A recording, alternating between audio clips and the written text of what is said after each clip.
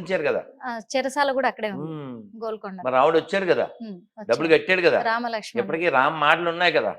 తానీషా వాళ్ళు ఇంకా ముత్యాల తలంబరాలు పంపిస్తున్నారుగా.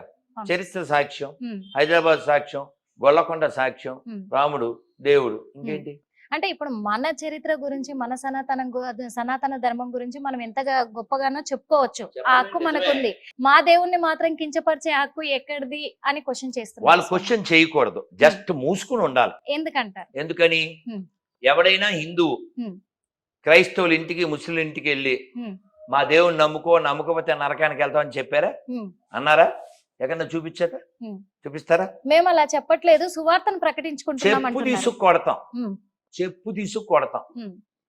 హిందువులు ఇప్పుడు నేను ఉన్నాను, ఎక్కడ మాట్లాడుతున్నా? గుళ్ళో మాట్లాడుతున్నా. అర్థమైందా? ఇప్పుడు రాముడి గురించి చెప్పానా, కృష్ణుడి గురించి చెప్పానా? ఎక్కడ చెప్తున్నాను? గుళ్ళో. నువ్వు చెప్పుకో, నీ సువార్తో శవవార్తో ఎండిపోయిన పీనుగు వార్తో చెప్పుకో. చర్చిలో ఎవడొద్దన్నాడు? హిందువులు ఇంటికి వస్తే చెప్పు తీసుకు కొడతాం.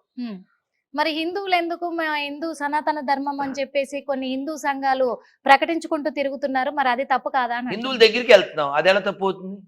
మీ ఇంటికి వచ్చావా చెప్పు, మీ ఇంటికి వచ్చావా? ఎవడు రాలే కదా. క్రైస్తవుల పేటకో ముస్లింల పేటకో హిందువులు వెళ్ళరు, కానీ హిందువుల పేటకు వాళ్ళు వస్తారు. విపి రెడ్డి అని ఒక పాస్టర్ ఉన్నాడు, స్పష్టంగా చెప్పాడు, మనం హిందువులు ఇళ్ళకి వెళ్తున్నాం కాబట్టి ఏదో అలా నడిచిపోతుంది మత మార్పిడి, పొట్టా బట్టాను, అదే పాకిస్తాన్లో మనం చేయగలమా అన్నాడు. నిన్న ఒక ఆయన నాకు మెసేజ్ పెట్టారు, ఎవరో ₹1,00,000 అంట నెలకి ఎవరైనా పాస్టర్ పాత బస్తీలో మత ప్రచారం చేస్తే అన్నాడు. హిట్ టీవీ ద్వారా సో పాస్టర్లకి ఆఫర్ బంపర్ ఆఫర్ ₹1,00,000 పాత బస్తీలో పాప ప్రచారం చేస్తే. వాళ్ళు పాపులు కదా, వాళ్ళు పాపులు అంటారు. వాళ్ళు అన్న నేను అనలేదు, నేను అనలేదు. నేను ఎందుకంటే నువ్వెవరమ్మా? What is your occupation? Your anchor, correct? You accept your anchor, they accept they are sinners. వాళ్ళే యాక్సెప్ట్ చేశారంట. వాళ్ళ బుక్ నేను చెప్పలేదు, బుక్ చెప్పింది అంటారు. వాళ్ళు నేను చెప్పలేదు కదా. హిందూ సనాతన ధర్మం ప్రకారము హిందువులు మనుషులు కావచ్చు దేవుళ్ళు కావచ్చు ఎన్ని పెళ్లిళ్ళు చేసుకోవచ్చు అంటారు? వాళ్ళ ఇష్టం అంటారు. ఎందుకంటే దేవుళ్ళే 2-3 పెళ్లిళ్ళు చేసుకున్నారు. 16,000. మరి మా దాంట్లో అది కూడా లేదు కదా, మేము ఒక్కరికి అంకితం అయి ఉన్నాం, మమ్మల్ని ఎలా నిందిస్తారు? మరి అసలు వాడి కూడా మేము ఎత్తామా? రాధా మనోహర్ దాస్ గారు మమ్మల్ని ఎంతసేపు మమ్మల్ని కలవరిస్తున్నారు కదా. లేదు, ఆ దరిద్రం మాకు అక్కర్లేదని చెప్తున్నా. మాకు అక్కర్లేదు అని మీరు చెప్తున్నారు. ఈ దరిద్రం ఏదిరా బుక్ అక్కడ, ఈ దరిద్రం మాకు అక్కర్లేదు అని చెప్తున్నాను. ఇది అశుద్ధం మాకు, పోనీ ఇది అశుద్ధం అని నేను అన్నానని మీరు ఫీల్ అవద్దు, ఓకే? నేనంతే పోనీ మీరు అనుకోవచ్చు. ఇక్కడ మీరు పోనీ ఇక్కడ ఏంటి మీ కెమెరా మ్యాన్ పేరేంటి? వెంకట్ నరేంద్ర స్వామి. మీరు నేనేదో సొంతంగా రాసానో చెప్పానో అనుకోద్దు కదా. వాళ్ళ దాంట్లో ఉన్నదే మగోళ్ళు కూడా చదవలేరు. దీన్ని సువార్త పిండాకుడు వార్త అని మా ఇళ్ళ దగ్గరికి వచ్చి ఎలా చెప్తారు? ఇది కళ్ళతో నోటితో నువ్వు చదవగలిగితే అసలు నీకు అవార్డు గ్యారంటీ. అమ్మా నిర్మల, అర్థమవుతుంది అంటారా గురుగారు? దిక్కుమాలిన భాషే, దిక్కుమాలిన పుస్తకం, చదువు చూద్దాం. పైకి చదువు, ఓ చోట నువ్వు ఆగిపోతావు. ఇది లాస్ట్ టైం లో కూడా నేను చదివాను గురువు గారు. చచ్చినట్టు ఒకసారి తిరగేయమ్మా. ఈ వర్డ్స్ నాకు నచ్చలేదు గురువు గారు. చూసావా, అది సువార్త కాదు శవవార్త దుర్వార్త అని నువ్వే చెప్తున్నావు కదా. అసలు లాస్ట్ టైం చదివాను కాబట్టి వద్దనుకున్నాను. చదువుతాడా? దమ్ముందా? అదైందా? నేను చదవను, ఇది దరిద్రం నాకెందుకు? ఇది దరిద్రం, మా ఇళ్ళ దగ్గరికి రావు. పోనీ ఈ చిన్న మొక్క చదవగలవా కళ్ళతో? పోనీ నోటితో వద్దు, దమ్ముంటే. డేవిడ్ ఫలిస్తీయుల మీదకు దండెత్తి 200 మందిని చంపి వారి అయిపోయా సినిమా తీరా అయిపోయింది సినిమా ఫటా. అన్ని ప్రింట్ చేసి పెడుతున్నారు గురువు గారు మీరు. ఇప్పుడు రే అటు వెళ్ళొద్దు అని అంటాం. ఎందుకంటాం? ఇందాక నూనె బాటిల్ పగిలిపోయింది, అక్కడ గాజులు గుచ్చుకుంటాయి, అది ఆయిల్, అటు తొక్కితే స్పాయిల్. అలాగా ఇది కలవరాయి. వాయిదిస్సు కలవరి కలవరి కలవరిది, అది కలవరాన్ని ఇచ్చేది మనకెందుకు?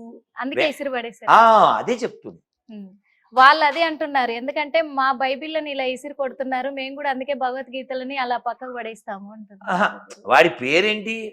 వాడి పేరు భగవద్గీతలో ఉంటదో, అందులో ఉండదో. అందులో ఎందుకని వాడు ఎక్కడో పుట్టాడు. అంతే అంటారా? ఆ పేరు వదిలేయమను. ఇంకో బెస్ట్ ఏంటంటే హిందువుల నుంచి వచ్చిన శరీరం వదిలేయమను. ఓకే. వాడు గాడ్ అని ఎవరిని అనుకుంటాడో వాడిని అడిగి కొత్త బాడీ కొత్త పేరుతో వచ్చేవాను. అవుద్దా? అవుద్దా? సో కాబట్టి నేనేమంటా అంటే ఇది ఫైనల్ వర్డ్ అమ్మా. మనం ఏ మతంలో ఉన్నామన్నది పెద్ద విషయం కాదు. ఎందుకంటే మతం అనేది వ్యక్తిగతం. ఉదాహరణకి మీరు ఇప్పుడు ఇంటికి వెళ్ళాక టిఫిన్ చేస్తారా, భోజనం చేస్తారా? నువ్వయ్యా? రైట్. అంటే ఇద్దరు వేరు. నువ్వేమో భోజనానికి, ఆయనేమో టిఫిన్. మరి నేను ఏమి చేయను, నీళ్ళు తాగుతాను. ఇప్పుడు నేను ఇదిగో మీరేమన్నా తిన్నారా, తోలు తీసేస్తాను, నీళ్ళు తాగి పడుకోవాలి అనొచ్చా? అనకూడదు. నాకేం హక్కు లేదమ్మా. నా సిస్టమ్ పాటిస్తున్నారు. నా సిస్టము అదే నా సిస్టము నాది, నా ఇష్టం నాది. నేను నీళ్ళు తాగినా అందరు నీళ్ళు తాగితే సస్తారు కదా. నాకు కళ్యాణ గుణ సంపన్నుడైనటువంటి వాడు, కోదండం చేపట్టినటువంటి వాడు, సీతా సమేతుడు, అందగాడు రాముడు నాకు నచ్చుతాడు.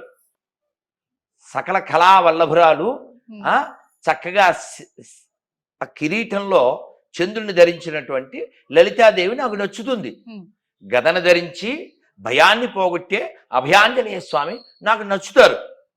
నీకు ఒక ఎండిపోయిన శవం మేకులు కొట్టింది నచ్చింది, నచ్చుకోండి, మాకేం అభ్యంతరం లేదే. కానీ ఇప్పుడు ఈయన టిఫిన్ తింటాడు కాబట్టి ఏం పేరు నీ పేరు? అందరు టిఫిన్ తినాలి లేతే బాగుండదు అంటే అది ఎంత దుర్మార్గం. కాబట్టి మనం ఏం చెప్తామంటే మీరు కావాలితే ఏ ముస్లింకైనా ఫోన్ చేయండి, ఏ క్రిస్టియన్ కన్నా ఫోన్ చేయండి. హిందువు చెప్పినట్టు అతను చెప్పగలిగితే వెరీ వెరీ హ్యాపీ. ఒక హిందువుగా మీరు, నేను, ఎవరైనా చెప్పగలిగే మాట ఏమిటంటే, అక్కడ 3 పిల్లలు ఉన్నారు, దాదాపు 15 మంది ఉన్నాం. మనం అందరం చెప్పగలిగే మాట ఏమిటంటే, నేను నమ్మినటువంటి రాముణ్ణి, కృష్ణుణ్ణి, శివుణ్ణి, అమ్మవారిని, ఇతరులు నమ్మకపోయినా పర్లేదు, అది వాళ్ళ ఇష్టం. చెప్పగలవా లేదా? చెప్తాను. ఎవరి హిట్ టీవీ యాప్